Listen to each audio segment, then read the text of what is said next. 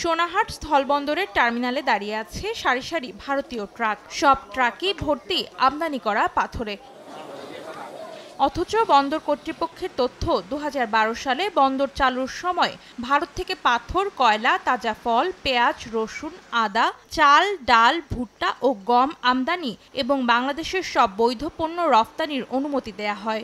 যদিও দীর্ঘ এই সময়ে পাথর আর মাঝে মধ্যে ২-১ ট্রাক কয়লা ছাড়া আর কিছুই আমদানি হয়নি। বাংলাদেশ থেকেও প্রতি মাসে ২-১টি ট্রাক কাপড়ের ঝুট ও প্লাস্টিক ছাড়া রফতানি হয়নি কিছু।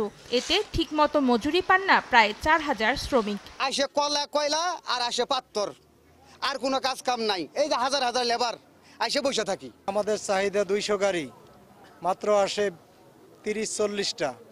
এ দিয়ে আমরা তো শ্রমিকের কাজ বুঝে দিতে পারি না। এই বন্দর বাণিজ্যের বেহাল দশার বড় কারণ হিসেবে ইমিগ্রেশন চালু না হওয়াকে দায়ী করছেন ব্যবসায়ীরা। তারা বলছেন এই সুবিধা না থাকায় দুই দেশের ব্যবসায়ীদের সরাসরি যোগাযোগে ঘুরতে হয় প্রায় 450 কিলোমিটার পথ। লালমনিরহাট বুড়িমারি যে যাওয়া আছে খুব অসুবিধা হয়। যোগাযোগটা বিচ্ছিন্ন থাকার কারণে আমরা ওইভাবে সবকিছু আমদানি রপ্তানি সঠিকভাবে করতে পারতেছি না। ভারতের সাথে ইমিগ্রেশনটা হলে ব্যবসা আরো সচ্ছল হতো। সোনাহাট স্থলবন্দর কর্তৃপক্ষ জানায় ভারত সরকার রাজি হলেই চালু হবে ইমিগ্রেশন, বাড়বে অন্যান্য পণ্য আমদানি রফতানি, বাড়বে রাজস্ব আদায়ও। ভারতে তারা প্রস্তুতি সম্পন্ন করলেই বা তাদের গ্রিন সিগন্যাল পেলেই আশা করি এখানে ইমিগ্রেশন চালু হবে।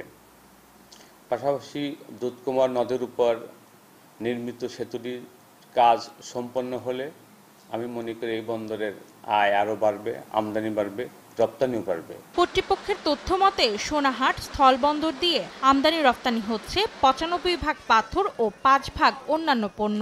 এতে গত বছর গড় আয় ১৮ কোটি টাকা হলেও এবছর গড় আয় বেড়ে দাঁড়িয়েছে ২৪ কোটির ওপরে।